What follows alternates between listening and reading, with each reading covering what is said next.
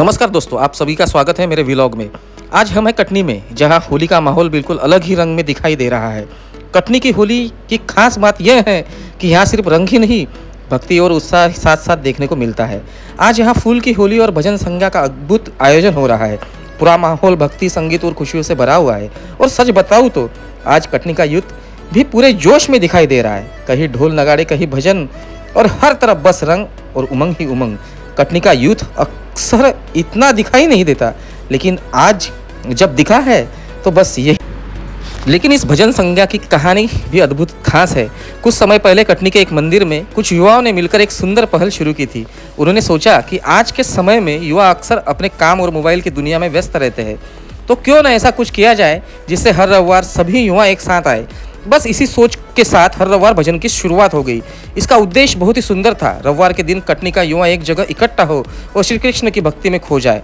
धीरे धीरे ये छोटी शुरुआत एक सुंदर परंपरा बनती चली गई।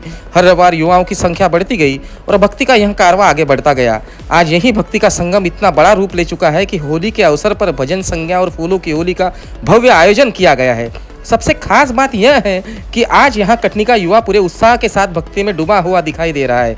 यहाँ एक तरफ रंगों की होली है, वहीं दूसरी तरफ भजनों की मधुर धुनें हैं। ढोल, मंजीरे और भजनों की आवाज़ पूरा वातावरण भक्तिमय बना रही है। और सच कहूँ तो आज ऐसा लग रहा है जैसे कटनी का। और दोस्तों, इस खूबसूरत पहल के पीछे कटनी के कुछ युवाओं की मेहनत और समर्पण भी है, जिनमें खास तौर पर समीर पांडे, अक्षत सोनी और प्रतीक शर्मा जैसे चेहरे शामिल हैं। इनके साथ बहुत सारे युवा भी जुड़े हैं, लेकिन मैं सभी से मुलाकात नहीं कर पाया। इन लोगों ने मिलकर इस भजन संध्या की परंपरा को शुरू किया और इसे लगातार आगे बढ़ाने का संकल्प निभाया है। हालांकि यहाँ सिर्फ कुछ नाम है, लेकिन इनके साथ साथ और भी कई युवा इस पहल से जुड़े हुए हैं, जो हर रविवार यहाँ आकर भक्ति और सकारात्मकता का माहौल बनाते हैं। सच कहूँ तो आज यहाँ आकर मेरा दिन सच में बन गया। एक अच्छे और ऊर्जावान युवा समूह से मुलाकात हुई, उनसे बातचीत हुई और उनके इस सुंदर प्रयास को करीब से देखने का मौका मिला। ऐसी पहले समाज में सिर्फ भक्ति ही नहीं, बल्कि एकता और सकारात्मक सोच भी फैलाती है। और यही वजह है आज कटनी का युवा भक्ति के इस संगम में एक साथ जुड़ता हुआ दिखाई दे रहा है।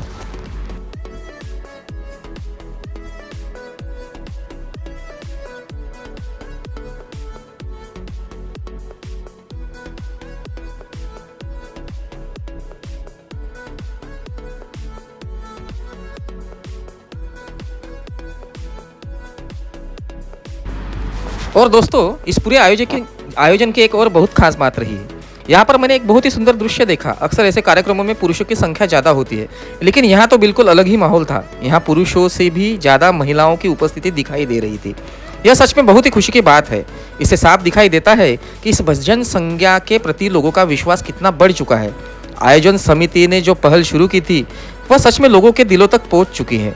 और यही कारण है कि आज समाज के हर वर्ग के लोग इससे जुड़ते जा रहे हैं। सच कहूँ तो यहाँ आकर मुझे बहुत मज़ा आ गया। पूरा वातावरण भक्ति, खुशी और सकारात्मक ऊर्जा से भरा हुआ था। सबसे सुंदर दृश्य तो वह था जब हर पल फूलों की बरसात हो रही थी। चारों तरफ से फूल उड़ रहे थे, लोग भजनों पर झूम रहे थे और पूरा माहौल एक अलग ही आनंद दे रहा था। और दोस्तों, छोटे छोटे बच्चे भी इस खुशी में पीछे नहीं थे। छोटे छोटे बालक फूलों की होली में इतने मग्न थे कि उन्हें देखकर ही मन खुश हो जाता था। उनकी हंसी, उनकी मस्ती और फूलों के बीच खेलते हुए वह दृश्य सच में बहुत ही प्यारा लग रहा था। ऐसा लग रहा था जैसे पूरा माहौल बचपन की खुशियों और भक्ति के रंगों से भर गया है।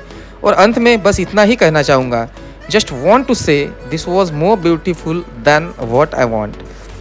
मैंने सोचा था कि यहाँ अच्छा माहौल होगा, लेकिन जो अनुभव यहाँ मिला वह मेरी उम्मीद से भी कहीं ज़्यादा सुंदर था।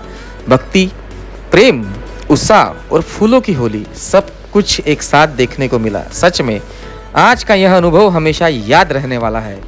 Thank you Katni.